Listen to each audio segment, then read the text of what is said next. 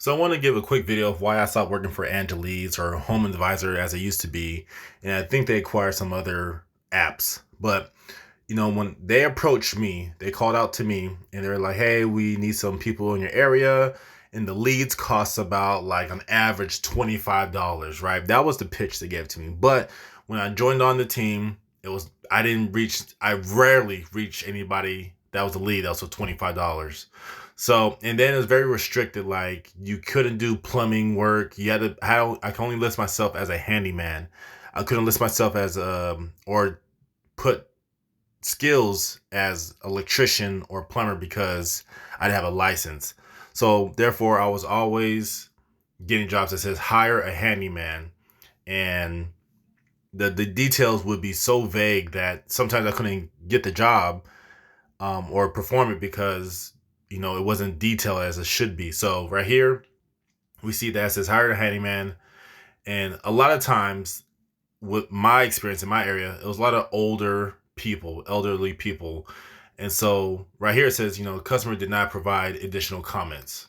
So it's like, okay, you don't know what you're getting into. It just says home residence, planning and budgeting. And that's all it gives you. You call the customer and the customer will give you, or actually when you call the customer, you call from the app, as you can see, and it gives like a generic out of state number. So, the customer is probably expecting somebody from a 925 number or an area code number, but then it gives a number that's like from Tennessee. So of course they're not going to pick up because it's like, well, who's calling me from Tennessee? So that was a lot of times what happened and why I lost a lot of leads, because a client didn't know I was calling them from Angi Leads. And right here, you can see that it says hire a handyman, but you can see it's a plumbing job. And I think some clients are like, well, I'm not going to call a plumber because it's going to cost more money, so I'm going to get a handyman. I'll save myself some money. But again, like, you're not guaranteed these jobs, but you have to pay for these leads to come in front of your face. That's one thing I don't like about lead-based generating apps. So we have this one right here. It says clean gutters and downspouts. Okay, there's some details, but then you don't know how high, if it's a 2-story house or 1-story house. I don't have a ladder to do 2 stories, so that's something I wouldn't take. Then you can see right here, this lead costs basically $29 to get this lead. And I'm pretty sure I didn't even get this job. I remember right here, it says hire a handyman. Customer didn't give no details again, but then I get charged for $36. I won't know until I call the customer and if he picks up the phone. So I got charged $36. Right here, this lead costs $50. And it says a variety of projects. That's the only details I got. This one costs $51. I don't know. I can't remember what job this was, but I'm just showing like I really got $25 as a lead. This was another $54. This one's hire a handyman. So I would like to get estimate for handyman do carpentry works. And to give like some insight, like carpentry is carpentry. So a handyman can do a number of things, but carpentry is like another skill. Like, well, okay, are you trying to ask me to build something out of wood?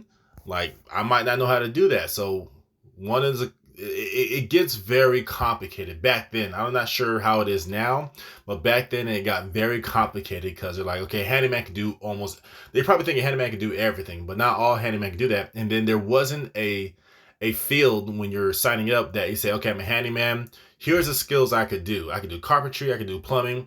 It didn't do that. I think back then they said like, okay, you're a handyman, you can do basic stuff like hang pictures, assemble a bed, move things and stuff like that. You couldn't, it wasn't like Thumbtack, which I prefer better, where you could put handyman and you could put like your skills on what you do, hanging pictures, paint, this and that. So that's why I stopped hanging out. That's why I stopped working with Angi Leads. Right here, another charge of $50. Now, my experience, I got charged an average of $50. So imagine getting charged an average of $50 of leads and you're not even booking any of them.